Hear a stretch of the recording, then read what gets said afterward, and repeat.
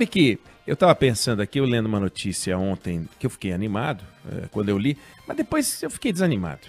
É aquela coisa, você lê, se anima, depois se desanima. É mesmo?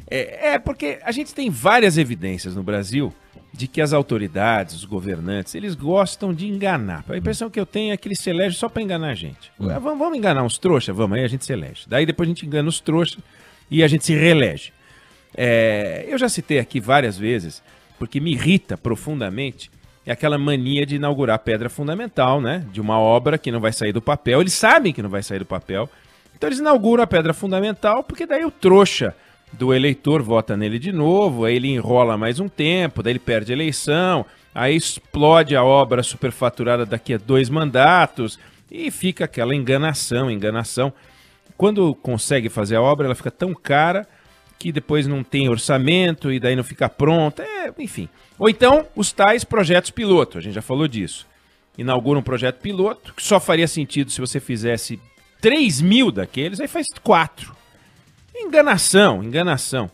E é irritante, aí ninguém mais escuta falar, fica tudo por isso mesmo, o sujeito usa na campanha, faz a imagem, enganação. Bom, ontem a gente testemunhou mais um exemplo de enganação, coisa feita pela metade.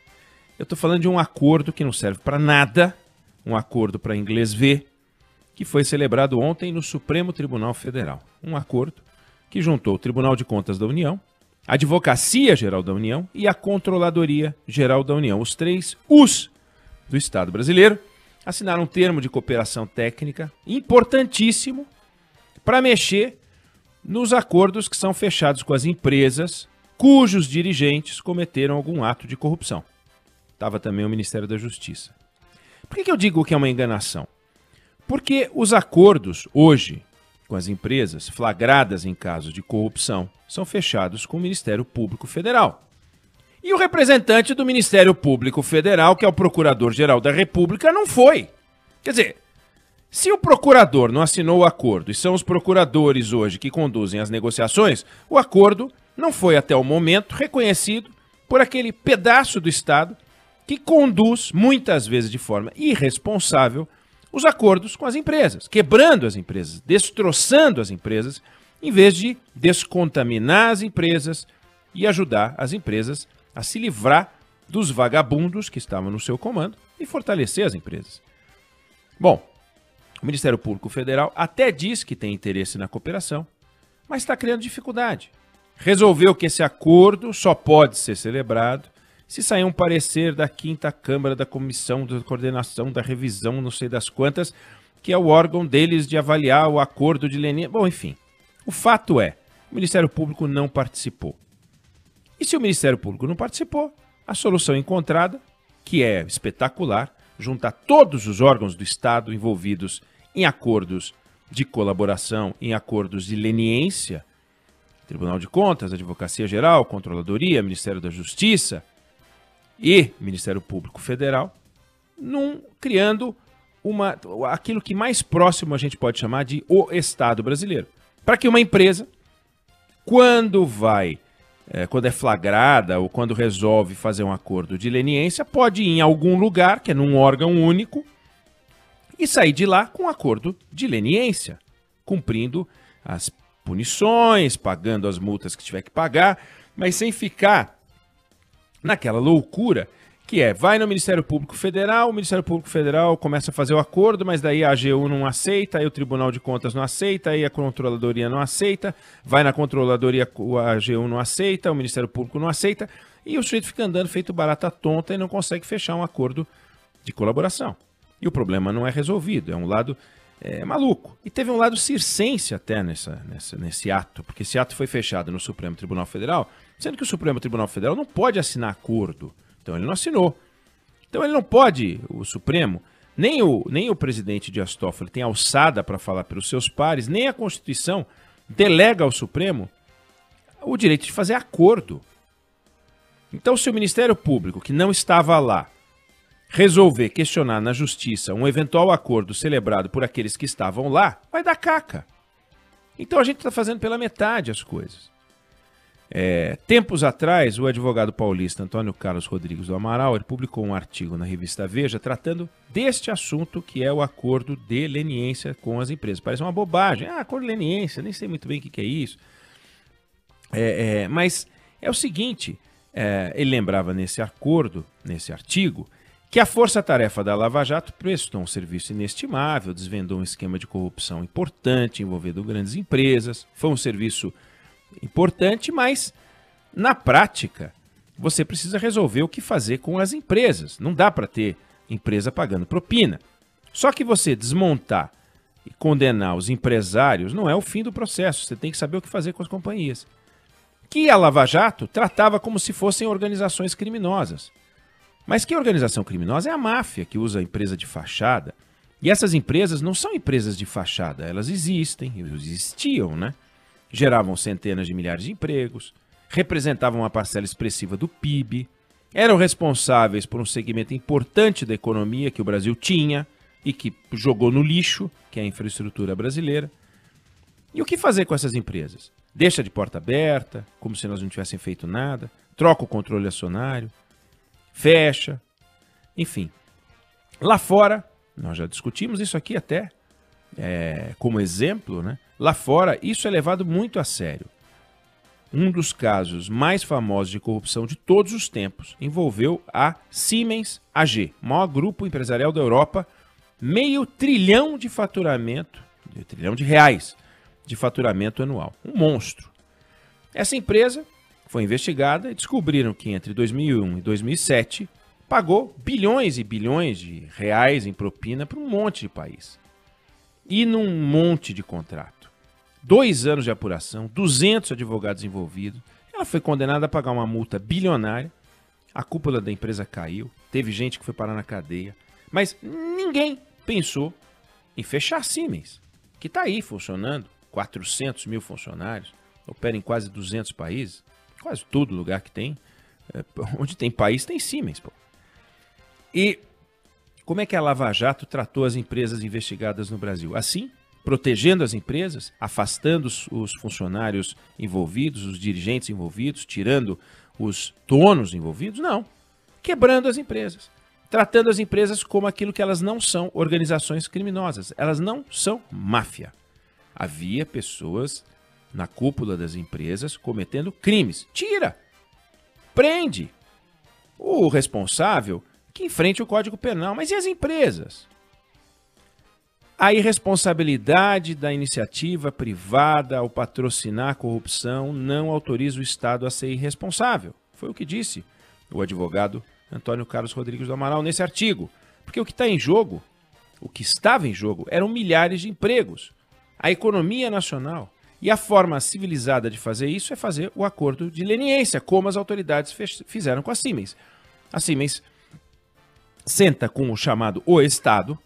Ela vai num determinado lugar lá nos Estados Unidos, por exemplo. Se uma empresa quer se submeter a um acordo de leniência, ela sabe onde ir, com quem falar, que documentos tem que apresentar, qual é o modelo do acordo que ela recebe. Ela é orientada sobre o como proceder, aprende a calcular a multa, que tem uma fórmula, lá, aqui não tem. Segue aquilo, paga, acabou. Para a empresa, para os dirigentes, é a lei. Mas protege a empresa. Não pode ser visto o acordo de leniência como um esquema. Vamos fazer um esquema. Vamos fazer um esquema. Outro esquema, porque já tinha o esquema. A empresa já estava no esquema. Não é para favorecer a empresa de novo. É uma ferramenta que o Estado tem para obrigar as empresas a assumir um compromisso no campo da ética, da transparência, na relação com os fornecedores, com os clientes. No caso, seria com a Petrobras. E aí, a gente não faz nada disso. Então, a empresa brasileira fica no limbo, não consegue crédito, não consegue obra, ela começa a definhar. Aí, resultado, o empresário tem o destino, o empresário, o dirigente tem o destino que o Código Penal reserva a eles, tanto lá fora quanto aqui. Mas a empresa lá fora é preservada. Troca o controle, se for o caso, troca o dirigente, se for necessário, trocam os gestores e a empresa continua com seus empregados, sendo orgulho dos seus países. Está aí a Siemens, pô. Siemens, você vai fazer um exame num laboratório, tem Siemens. Você vai... Todo lugar tem Siemens. Alguém acha que aquele aparelho tem que ser banido da humanidade? Não pode mais ter um aparelho de tomografia da Siemens porque um dirigente da Siemens roubou. Aí você acaba com o tomógrafo. Uma coisa imbecil. Pois o Brasil adotou a imbecilidade como arma de combate à corrupção. Como é que a gente pode ser imbecil no combate à corrupção? Não pode. Então, descobrimos os vigaristas? Descobrimos. Prende, esfola, detona, tira o dinheiro dele, deixa ele só com aquele barril de desenho animado e dois suspensórios. Mas a empresa não. Não dá para confundir a pessoa física com a pessoa jurídica. Não passa pela cabeça de um policial prender uma sala aonde achou um corpo. Não vai prender a sala. A sala não comete crime. Ah, mas existe crime corporativo. Existe, mas o crime corporativo é cometido por um grupo de executivos ou controladores. Afasta esses caras. Mas não é isso que a gente fez. Então, nós não podemos perdoar o mal feito. Nós não podemos passar uma borracha sobre aquilo que foi feito. E não é para passar uma borracha, é para passar o Código Penal. Varrer, escanear com o Código Penal. Mas não dá para a gente brincar com o futuro do Brasil. Tem que brincar. Tem que decidir o futuro das pessoas que aprontaram. Mas acabar com o futuro das empresas? Isso é uma loucura.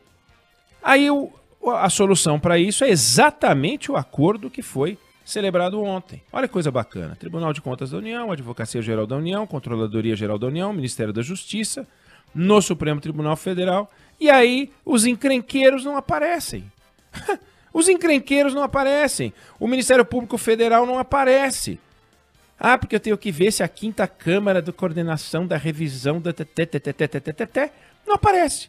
Num ato essencial para o futuro do Brasil, eles não vão.